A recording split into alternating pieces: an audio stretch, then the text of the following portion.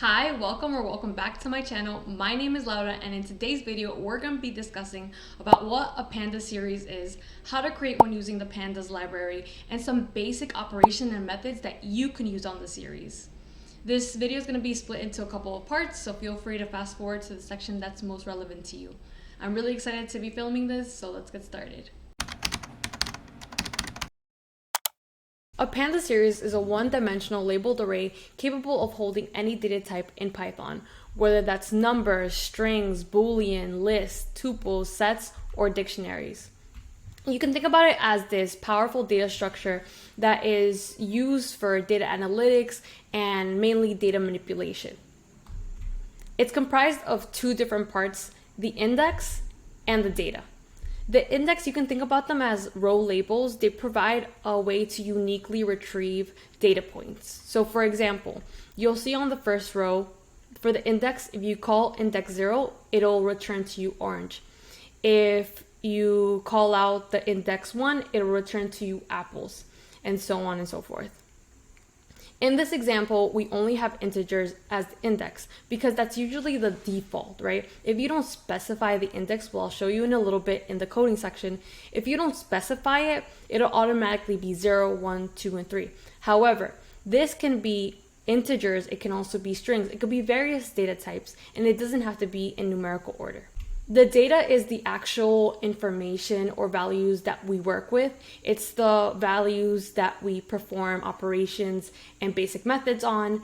And just like the index, it can be different data types. I only have strings here as the example, but it can also be a mixed bag of like integers, floats, strings, and so on.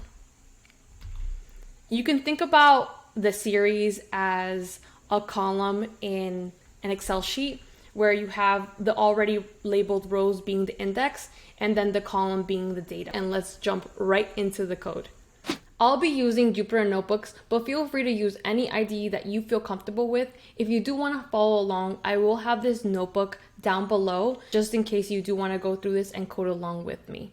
So let's just jump right into the basic syntax. I have it written here. So X, or any variable that you set this to, will be equal to PD, which is short for Pandas, the library that we'll be using, dot series, and in parentheses we have the data and the index. So it has to be in that order. The data needs to go first and the index has to be second. And I'll show you what happens if you inverse that later.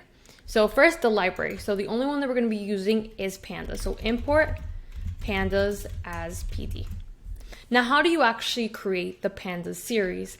The most common way is through a list. So let's say we have a list called days. Days is equal to Monday, Tuesday, Wednesday, and Thursday. So from this list, we're going to be creating our first series. So days series is equal to PD.series. And for right now, we'll just put data equals days. We won't specify the index because I just want to show you by default what will happen if we don't specify it. So let's run this, look at day series, and you'll see that by default, the index will be populated 0, 1, 2, increasing, and then on the right side will be our data. So just if you don't specify it, just know that it'll automatically or by default start with 0 and increase. But let's say we do want to specify the index. So let's put index labels is equal to, and this also has to be a list. Let's put 4, 6, 2, 7. If you notice here, I'm making this list the same size as the days list. And that's because it has to be the same size. Otherwise, I will get an error, right? For every single index, there has to be a data point. But let's say just to try it out, let's take away the 7 and let's just run this and create a series just from that. Days series 2 will be equal to PD.series. Data will equal to days. And now you don't have to keep specifying data is equal to days. I just want to show you the importance or repeat the importance of where you have to put the data and where you have to put the index because it will make a difference. Index is equal to index labels. Now you'll see that you get a value error that basically tells you that the lengths are not the same. So just if you do just get that error, just go back and check that you have the same items in the index as you do for the data value. So let's put this as 8, add another value there. Now run this and you should be fine. Days series 2. And now you'll see that the index labels that we created are on the index, and on the right side we have our days. Now, as I mentioned before, you want to make sure that you put the data where it's supposed to be and the index where it's supposed to be, right? Data first, then index. But let's say that you forgot, because sometimes, we just forget things. Days series 3. We put PD series,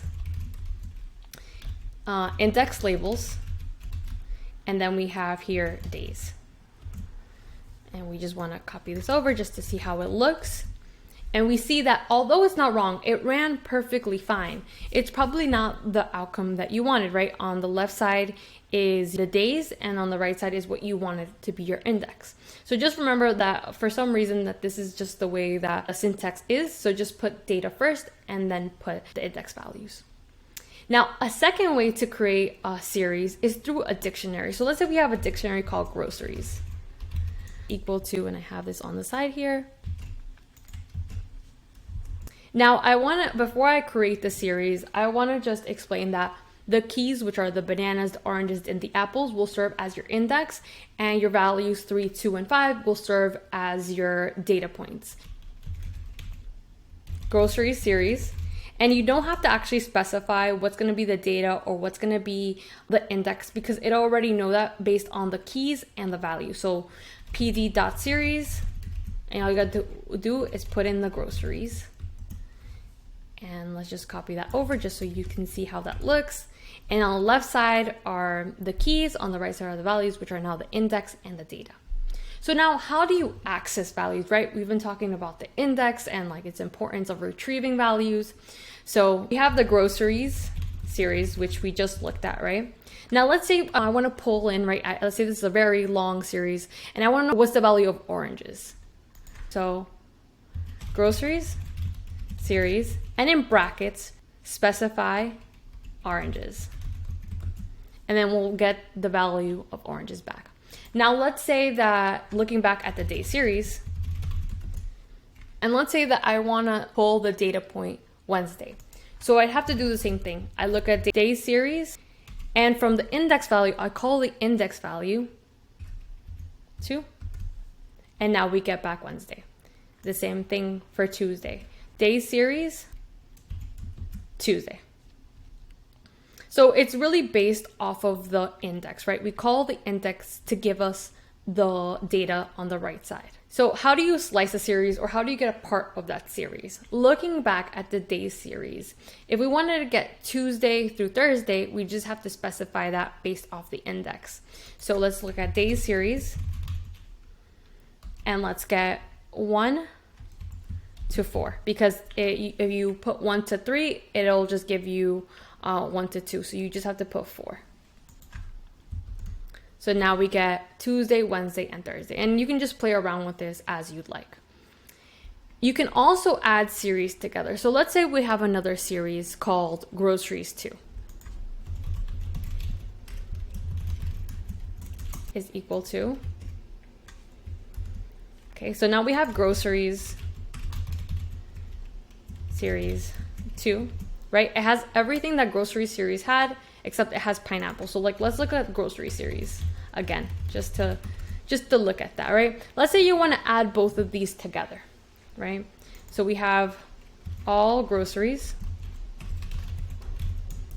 is equal to groceries series plus groceries series. I should have made these a lot shorter.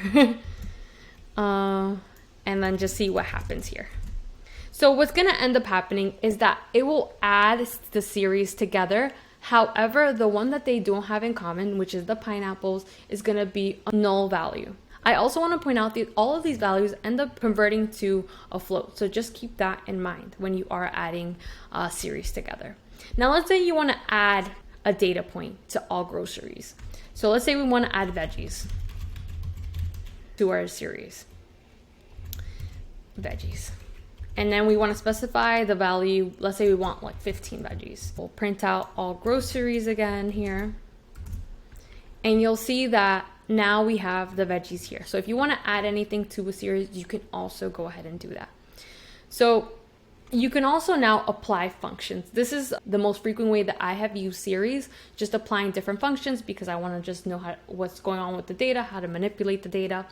And so the first thing you want to do is put, if we're looking at the groceries series again, right? So let's say you want to just add, right? Groceries series, add, let's add 5 to all of them. So now you'll see that it adds 5 to bananas, oranges, and apples all across. However, it doesn't save it. I just want to emphasize this point, right? Because if you go to groceries series here, it won't save it. So you just have to make sure you save this as something.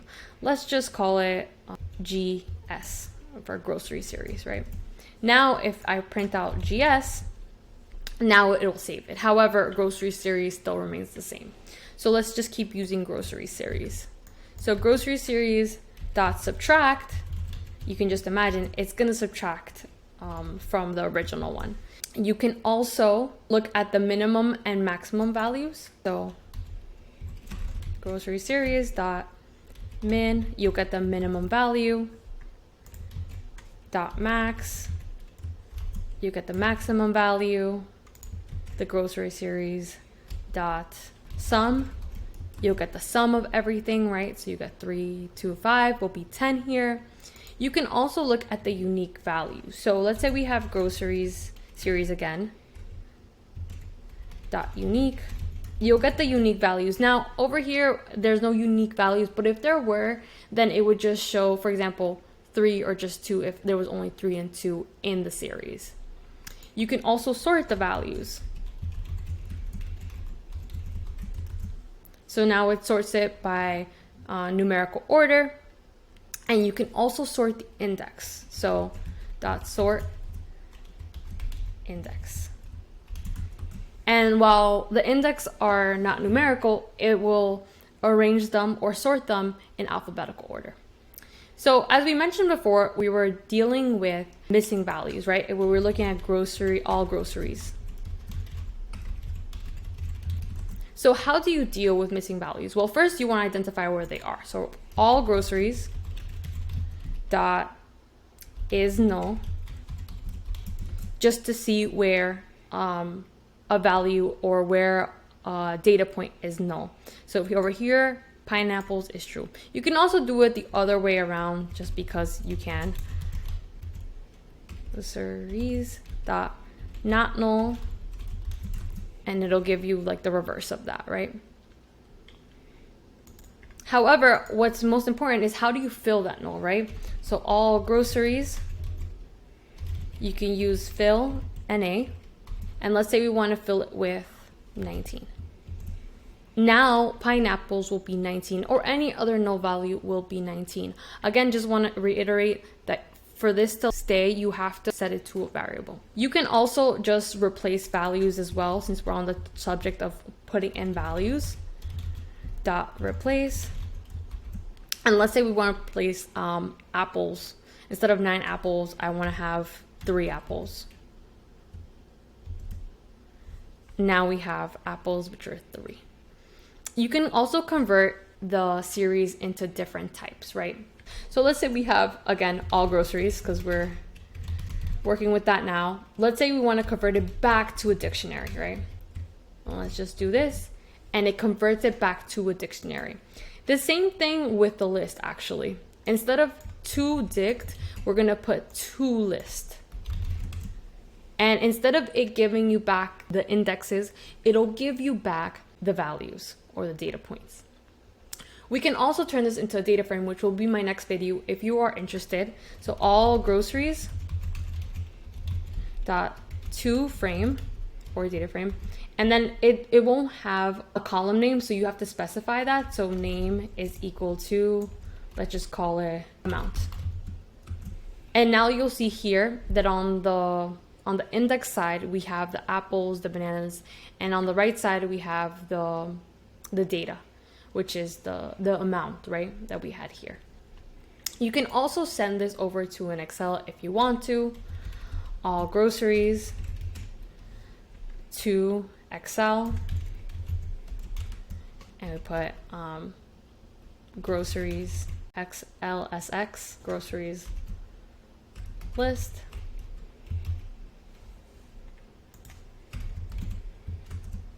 And then if you look at where this is stored, you'll see here that you won't have the column name, but you can specify that. But on the left side is the index, and on the right side is the values. So that's all that sums up series. There's a lot more that goes into it. There's a lot more methods and functions that you can use. So feel free to check those out. But this should cover most of what series is. Please like, comment, share, subscribe. Let me know what you like. Let me know what you didn't like. And I'll catch you on the next one. Thanks. Bye.